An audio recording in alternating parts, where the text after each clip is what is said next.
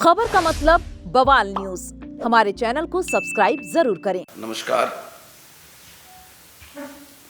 आज आप सबको इस प्रेस वार्ता में बुलाया, आप सबने समय दिया। आभार और कष्ट इसलिए दिया कि आज मैं ये महसूस कर रहा हूँ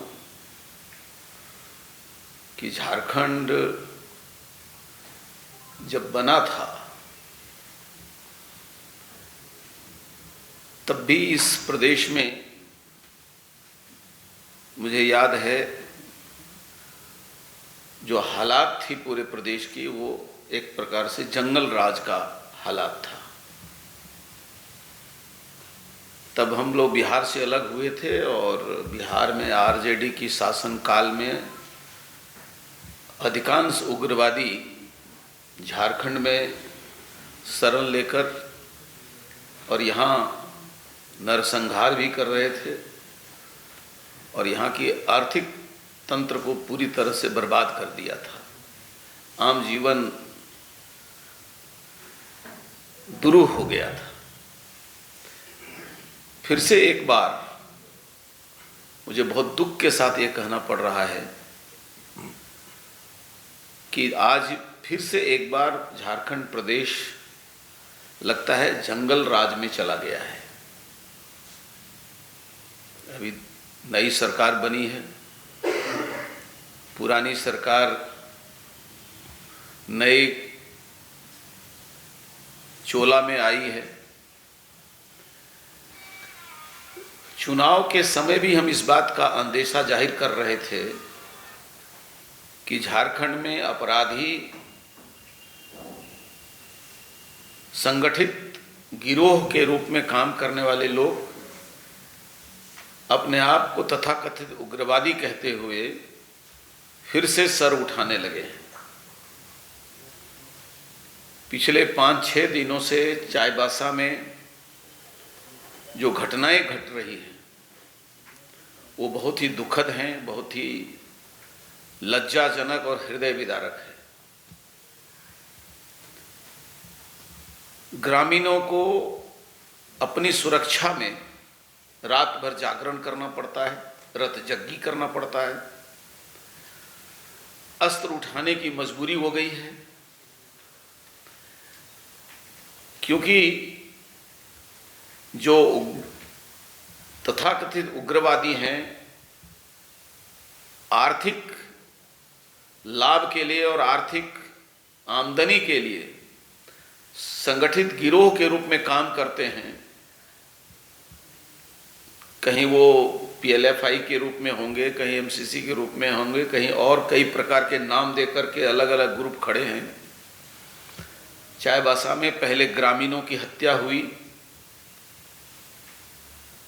और ग्रामीणों के जीवन असुरक्षित जब हुए तो गांव की हृदय विदारक दृश्य से विह्वल होकर नौजवान खड़े हुए और गांव की सुरक्षा करने लगे। और सुरक्षा के क्रम में जब उग्रवादी पकड़ाए तो उनकी भी अभी जो अखबार में आया है सेंधरा हुआ है। इसके पहले चुनाव के तुरंत बाद और रिजल्ट के पहले पूर्वी सिंहभूम में भी बालू घाट में इसी प्रकार की हिंसक वारदात हुई और 2 लोग मारे गए थे। आपको पता है कि लातेहार में रेलवे लाइन बिछाने वाली कंपनी के हाईवा जला दिए गए, जेसीबी जलाए गए। रांची जिले के और चतरा के बॉर्डर पर कुलवरी में हाईवा जला दिया गया। पांकी के जंगल में उग्रवादी अवैध अस्त्रों के साथ पकड़े गए, वहां भी एक व्यक्ति की हत्या हुई जो नामी उग्रवादी था, जिसके ऊपर दर्जनों केस थे। भारतीय जनता पार्टी के नाते हम ये महसूस करते हैं कि बड़े अथक परिश्रम करके और झारखंड में अमन चैन की जिंदगी हमने लौटाई थी। उग्रवादी सहम गए थे, भाग गए थे, अब फिर से सर उठा लिए हैं और पूरे झारखंड में एक प्रकार से कोहराम मच गया है और जंगल राज का याद दिला रहा है। अभी मयूरभंज जिले के 2 नौजवान का अपहरण हुआ। टोटो पोधी वही गांव जो है उसके 2 नौजवान शेख सहदली और शेख नाजीर, जानकारी ये मिल रही है कि वास्तव में इन दोनों को उग्रवादी उठाकर ले गए जो घूमने आए थे। ये ग्रामीणों के द्वारा इनका सेंधरा नहीं हुआ, इनको उग्रवादी उठा के ले गए कि ये पुलिस के सहयोगी हैं, पुलिस के मुखबिर हैं, बाहरी लोग हैं, जरूर पुलिस की मदद करने के लिए आए हुए हैं। उनकी गाड़ी भी जला दी गई और दोनों लापता है। आश्चर्य नहीं उग्रवादी उनकी बाद में हत्या भी कर दें। कहा यह जाएगा कि गांव के लोगों ने सेंधरा में मार दिया।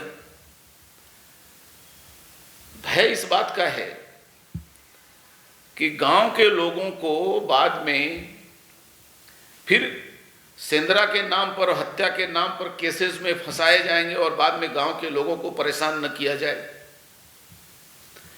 गांव के लोग आत्मरक्षा में, ऐसा दृश्य हमने अपने विधानसभा क्षेत्र धनवार में भी देखा था। लोग 1.5-2 महीने तक रात भर जगे रहे, महिलाएं जगती थी, पुरुष जगते थे, रतजगी करके उग्रवादियों का सामना करते थे। और आपको पता है ये उग्रवादी बड़े घातक होते हैं जो टारगेट करके हत्या करते हैं। चाहे पूर्व सांसद सुधीर महतो की हत्या हुई, बाबूलाल मरांडी जी के पुत्र की हत्या हुई। तो झारखंड असुरक्षित हालत में आज जंगल राज की चपेट में चला गया है। एक तरफ भारत सरकार, पूरे देश भर में उग्रवादियों के नकेल डाला गया और पूरे देश भर से धीरे धीरे पुलिस चौकियां, जो सीआरपीएफ की और बीएसएफ की चौकियां लगाई गई थी जंगलों के बीच में, सर्वसामान्य जीवन, जनता का जीवन सामान्य हो सके, सहज हो सके, स्वाभाविक हो सके, लोग अपने अनुसार जीवन जी सकें, इसके लिए भय का माहौल न बने।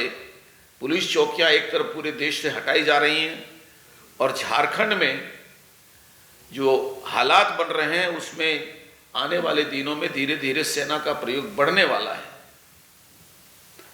और ये आरोप लगाने वाले होंगे कि भारत सरकार हमको कोऑपरेट करे। राज्य सरकार की विश्वसनीयता इसी में है कि राज्य सरकार का प्रशासन अपराधियों, उग्रवादियों, वास्तव में ये उग्रवादी तथाकथित उग्रवादी हैं, सामूहिक आपराधिक गिरोह हैं, इससे झारखंड की आम जनता की रक्षा करे। अभी ये बालू के घाट के को सामने रख करके यहाँ के छोटे माइंस, कोयला, पत्थर को टारगेट करके ये अपनी आमदनी के लिए भय का वातावरण बना रहे हैं। उसी क्रम में खलाड़ी में घटना घटी, लातेहार में घटना घटी, पूर्वी सिंहभूम में घटी और चाईबासा के आसपास गुदड़ी, कोयलबिरा और चक्रधरपुर के आसपास में, मोहनपुर के आसपास, जहां आपको ध्यान में होगा हमारे 3 बार पूर्व विधायक गुरुचरण नायक उग्रवादियों के हमले से बचे थे। फिर से वो क्षेत्र एकदम दहशत में चला गया है।